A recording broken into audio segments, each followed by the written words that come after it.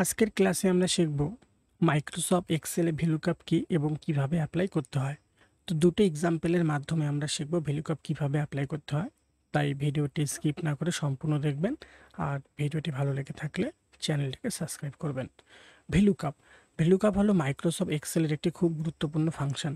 এর মূল কাজ হলো একটি টেবিলে ডেটা রেঞ্জের মধ্যে থেকে একটি নির্দিষ্ট ডেটাকে খুঁজে বের করা।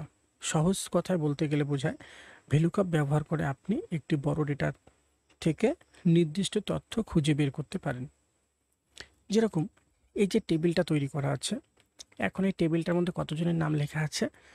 টোটাল 5 জনের নাম লেখা আছে। তো এখানে সবার শুরুতে আছে ID number, name, class, Bengali, English, math, total. এখন প্রতিটা নেমের সামনে তাদের কি আছে? কিছু আইডি নাম্বার লেখা আছে। তো এখন যদি আমি এখানটায় দেখি যে রোহিত টোটাল কত নাম্বার পেয়েছে, তাহলে আমি সহজে এখান থেকে দেখতে পারবো যে 176।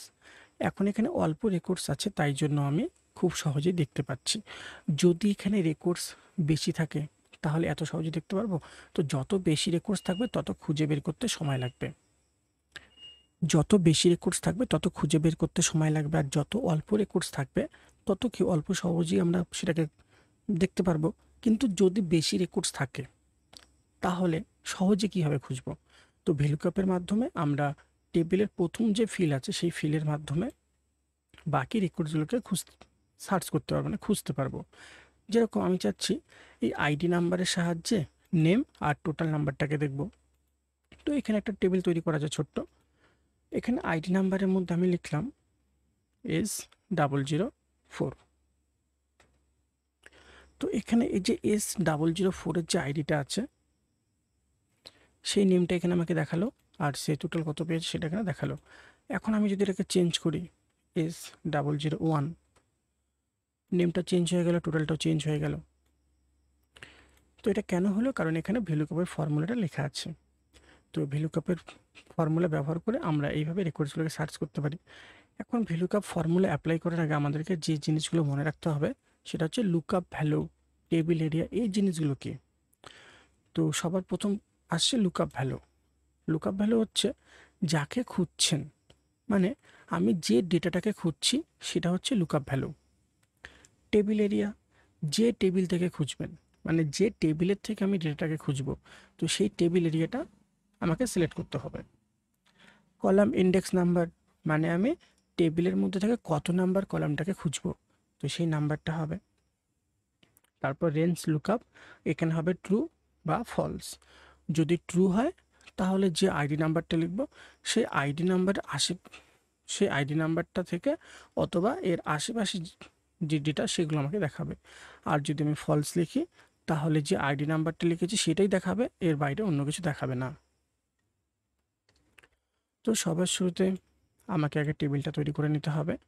তো এখানে লিখলাম আইডি, যেখানে আমি আইডিটা লিখব। পাশে লিখলাম নেম, যে আমি কি দেখব? নেম দেখব। আর কি দেখব? টোটাল দেখব। লিখলাম টোটাল। এখন আগে আমাকে নেমের মধ্যে ফর্মুলা লিখতে হবে। তো এখানে ইকুয়াল লিখতাম VLOOKUP, equal VLOOKUP first bracket. এখানে কি হচ্ছে? লুকআপ ভ্যালু, যে আমি কোন আইডিটাকে দেখব। তো এখানে এই যে আইডিগুলো আছে এই আইডিগুলো লিখে আমি এখানে সার্চ করছি, মানে কি এখানে আইডিগুলো এখানে লিখছি, তো আমি এই সেলটাকে সিলেক্ট করে নেব। কমা, টেবিল এরিয়া, সম্পূর্ণ টেবিলটাকে সিলেক্ট করতে হবে। কমা, কলাম ইন্ডেক্স নাম্বার, তো আমি কি দেখছি? নেম দেখছি, তো নেম আমার টেবিলে কত নাম্বার কলামটার মধ্যে আছে সেই নাম্বারটা লিখতে হবে। 1 নম্বরে আছে আইডি, 2 নম্বরে নেম, তো এখানে লিখবো 2।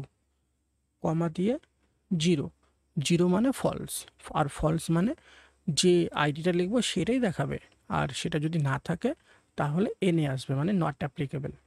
ব্র্যাকেট ক্লোজ, এন্টার, এনে আসলো, মানে ফর্মুলা ঠিক আছে। আবার ইকুয়াল ভিলুকাপ ফার্স্ট ব্র্যাকেট, এই পিআইডি সেলটাকে সিলেক্ট করব। কমা, টোটাল টেবিলটাকে সিলেক্ট করতে হবে। কমা, এখানে কি দেখছি? টোটাল দেখছি, তো টোটালটা কত নম্বরে আছে? 1 2 3 4 5 6 7, এখানে হবে 7, কমা দিয়ে 0, ব্র্যাকেট ক্লোজ, এন্টার। এখন যদি এই আইডির মধ্যে থেকে একটা আইডি লিখি, এখানে S005 চলে আসলো, S006 আসলো,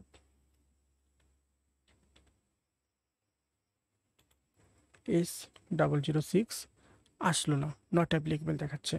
কেন দেখাচ্ছে? কারণ টেবিলের মধ্যে লাস্ট S005 আছে, এই জন্য আসলো না। কিন্তু এখানে যদি আমি 0-র জায়গায় 1 লিখি, 1 মানে ট্রু, তো এখানে আমি S006 লিখলাম, S007 লিখলাম, দেখাচ্ছে। S004 লিখলাম, নেমটা চলে আসলো।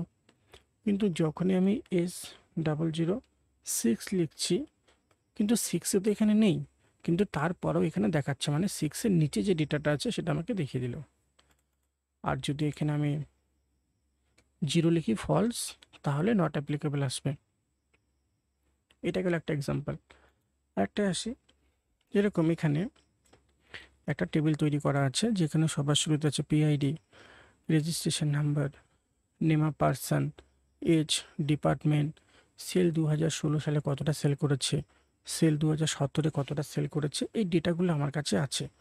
এখন এখানে আমি একটা ফর্মুলা দিয়ে রাখবো, যেখানে কি হবে, যে এই যে আইডিগুলো আছে, এই আইডিগুলোর মধ্যে থেকে যখনই আমি একটা আইডি এখানে লিখবো এইভাবে, তো সেই আইডির নেম আমাকে দেখাবে, আর 2017 সালে কতটা সেল করেছিল সেই সেলটা দেখাবে। একইভাবে ইকুয়াল লিখতে হবে, VLOOKUP, equal VLOOKUP, first bracket, এই লুকআপ ভ্যালুটাকে সিলেক্ট করতে হবে, comma, select total table, total টেবিলটাকে সিলেক্ট করব, কমা, তারপর কলাম ইন্ডেক্স নাম্বার, যে নেম আমার টেবিলে কত নাম্বার কলামে আছে, 3 নাম্বারে, 1 2 3, তো এখানে লিখতে হবে 3, কমা দিয়ে 0, ব্র্যাকেট ক্লোজ, এন্টার, চলে আসলো।